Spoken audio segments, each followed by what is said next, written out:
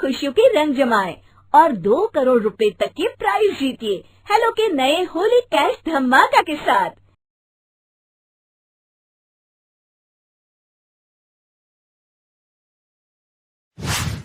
अरे माँ जी, जल्दी चलिए, देखिए आपके घर के बाहर एम्बुलेंस आई है। गायत्री भागती हुई दरवाजे पर आती है। तभी उसकी बहू चांदनी को एम्बुलेंस से बाहर लाया जाता है। हे भगवान, ये मेरी बहू को क्या हो गया? एक्सीडेंट हो गया माँ जी। अरे लेकिन ये कैसा एक्सीडेंट है? चोट तो कहीं नजर नहीं आ रही। अरे माँ जी, दिमाग में अंदरूनी चोट लगी है और ये अपनी याददाश्त खो बैठी है। हैं? मेरी बहू याददाश्त खो बैठी है, अब क्या होगा? अब फिक्र मत करिए, बस इनका अच्छे तरीके से ख्याल रखिए। मैंने दवाइयाँ दे दी हैं, अब मैं चलता हूँ। अगले दिन, अब तेरी तबीयत कैसी है बहू? बहू? किसकी बहू? हम भैरवगढ़ के ठाकुर विक्रम सिंह की बेटी रूपवती हैं। हम एक राजकुमारी हैं और तुम हमारी दासी हो बुढ़िया। अरे बेटा विशाल, बहू कैसी बहकी बातें कर रही है। अरे कुछ मत पूछो माँ, रात को मुझसे अपने पैर दबा रही थी। सर पर चोट लगने की वजह से इसका दिमाग पूरी तरह खराब हो गया है और ये अपने आप को राजकुमारी समझ रही है। तभी वहां चांदनी आ जाती है। तुम दोनों यहाँ क्या खुसुर फुसुर कर रहे हो? कहीं तुम दोनों मिलकर हमारे खिलाफ कोई षड्यंत्र तो नहीं रच रहे हो? हम तुम्हारा सर तलवार से उड़वा देंगे, समझे? अरे नहीं नहीं राजकुमारी जी, हम तो आपके सेवक हैं। भला हमारी इतनी हिम्मत? कहिए, आपने यहाँ हॉल में आने का कष्ट कैसे किया? हमें बहुत भूख लगी है। ए दासी, जल्दी से हमारे लिए भोजन का प्रबंध करो। आज हम शाही कबाब खाएंगे। विशाल अपनी माँ को चांदनी की बात मानने के लिए इशारा करता है। ठीक है राजकुमारी जी, मैं अभी आपके लिए भोजन लेकर आती हूँ। इस तरह विशाल और उसकी माँ ना चाहते हुए भी चांदनी की जी हजूरी में लगे रहते हैं। लाओ माँ, जल्दी से मेरा टिफिन दो, मुझे देर हो रही है। अरे ठहर जा, जरा दम तो लेने दे मुझे। सारे घर का काम मुझे अकेली को करना पड़ता है। तेरी बीवी तो राजकुमारी बनी बैठी है, सारा दिन हुक्म चलाती रहती है। अरे माँ, मेरा भी तो यही हाल है। फिलहाल तुम मेरा टिफिन दे दो, मैं चला। रुको, कहाँ जा रहे हो? अरे मर गया रे, ये कहाँ से आ धमकी? आज हमारा जुहू चौपाटी घूमने का मूड है और हमें अपने लिए नई साड़ियाँ भी खरीदनी है। चलो जल्दी से अपना वाहन निकालो और हमें ले चलो। अरे अब तो मैं गया काम से। अगर आज मैं वक्त पे ऑफिस नहीं पहुंचा तो मेरा बॉस मुझे नौकरी से निकाल देगा। मरता क्या न करता। आखिरकार विशाल चांदनी को घुमाने ले जाता है और चांदनी अपने लिए ढेर सारी शॉपिंग भी करती है। ए दासी, टीवी पर कपिल शर्मा के आने का समय हो गया है, जल्दी से टीवी शुरू करो। अरे वाह, कपिल शर्मा तुझे याद है, बाकी कुछ याद नहीं। बहू तू तो बड़ी चालू लगती है, अपने फायदे की हर चीज तुझे याद रहती है। मैं तो तेरी इस अजीब बीमारी से परेशान हो गई हूँ। अगले दिन, अरे डॉक्टर साहब, आप इतने दिन से मेरी बहू का इलाज कर रहे हैं, लेकिन उसकी बीमारी तो सुधरने के बजाय और बढ़ती जा रही है। अरे माँ जी, ये दिमागी बीमारी है, बेचारी की याददाश्त चली गई है, वापस आने में थोड़ा वक्त तो लगेगा ही ना।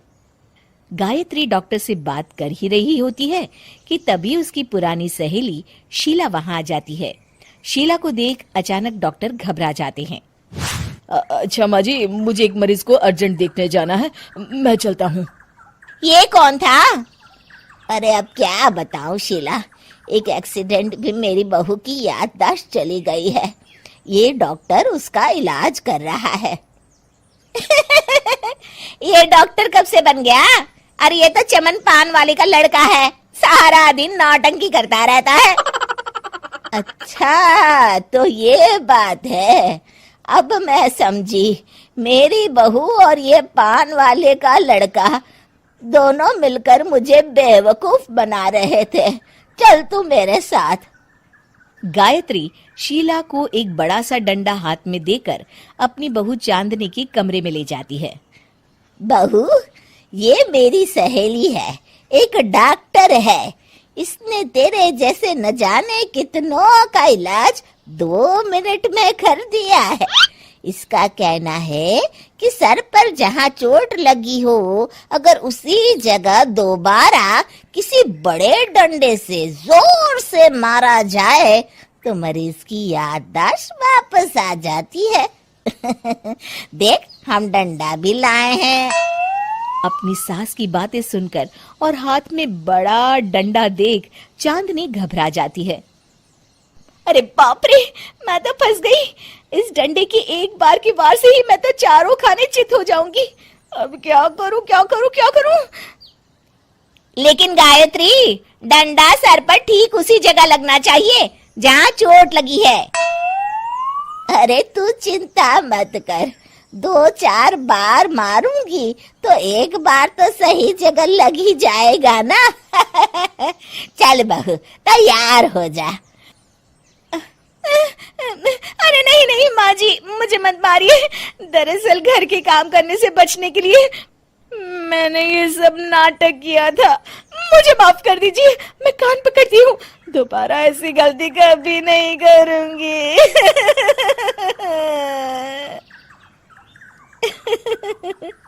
क्यों दोस्तों, कहानी कैसी लगी हमें जरूर बताइएगा।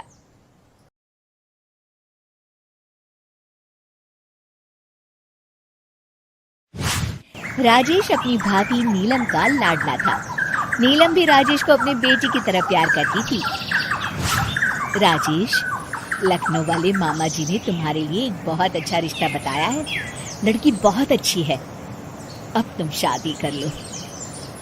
अरे नहीं भाभी, शादी तो बर्बादी है। भला तुम्हारे हाथों के खाने में जो स्वाद है वो किसी और के हाथों में कहाँ। मुझे अभी शादी नहीं करनी भाभी।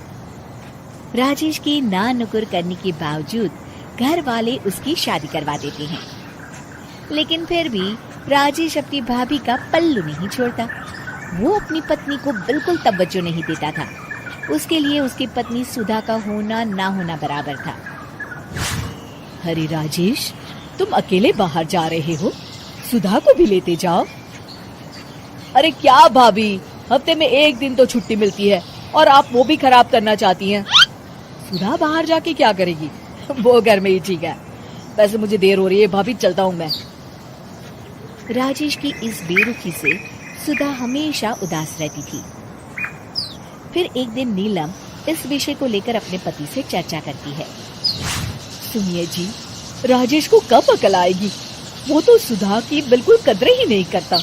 अब आप ही बताइए, ऐसे कैसे चलेगा?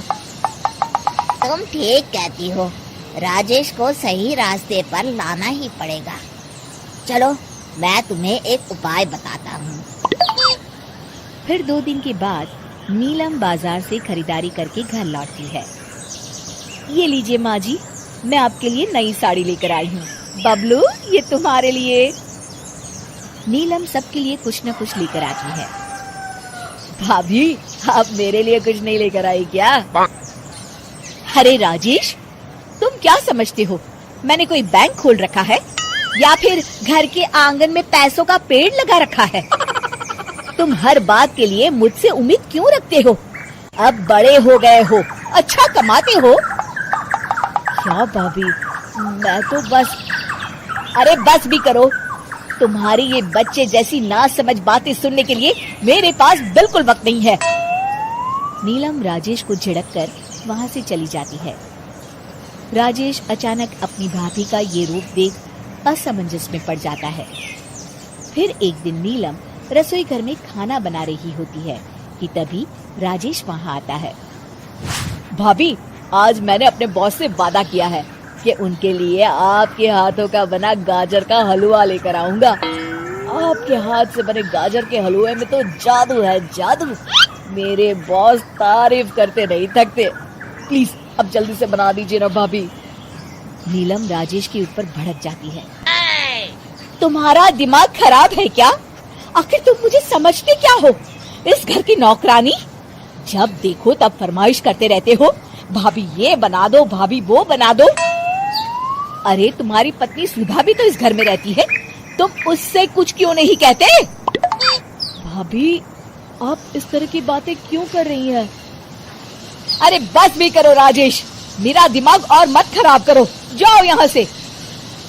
अपनी भाभी का इस तरह बेरुखी भरा बर्ताव देख राजेश को बड़ा बुरा लगता है और वो उदास होकर अपने कमरे में बैठ जाता है। तभी उसकी पत्नी सुधा वहाँ आती है। क्या हुआ जी, आप इस तरह उदास क्यों बैठे हैं? राजेश अपनी पत्नी को सारी बात बताता है। राजेश की बात सुनकर सुधा मुस्कुराती कहती है, बस इतनी सी बात? चलिए जी, मैं आपके बॉस के लिए गाजर का हलवा बना देती हूँ। अरे छोड़ो, तुमसे नहीं हो पाएगा, रहने दो। आप तो बस देखते जाइए जी, अभी आती हूँ मैं। थोड़ी देर के बाद सुधा हलवा बना के राजेश को देती है। फिर राजेश अपने ऑफिस चला जाता है। शाम को जब राजेश घर आता है तो खुशी के मारे अपनी पत्नी सुधा को गले लगा लेता है।